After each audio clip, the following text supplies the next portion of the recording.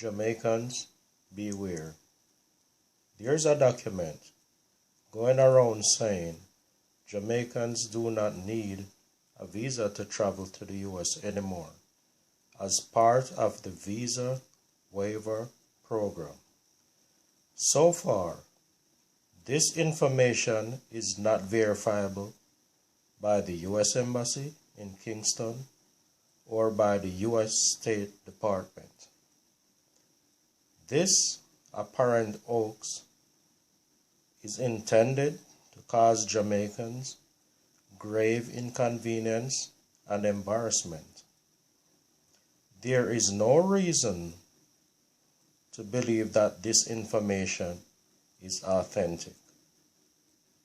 However, unless such information is verified, Jamaicans, beware. There's even a video on YouTube proclaiming this information.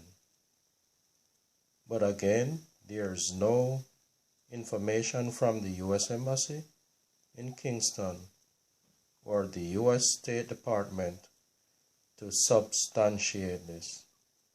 So, please be careful. One love.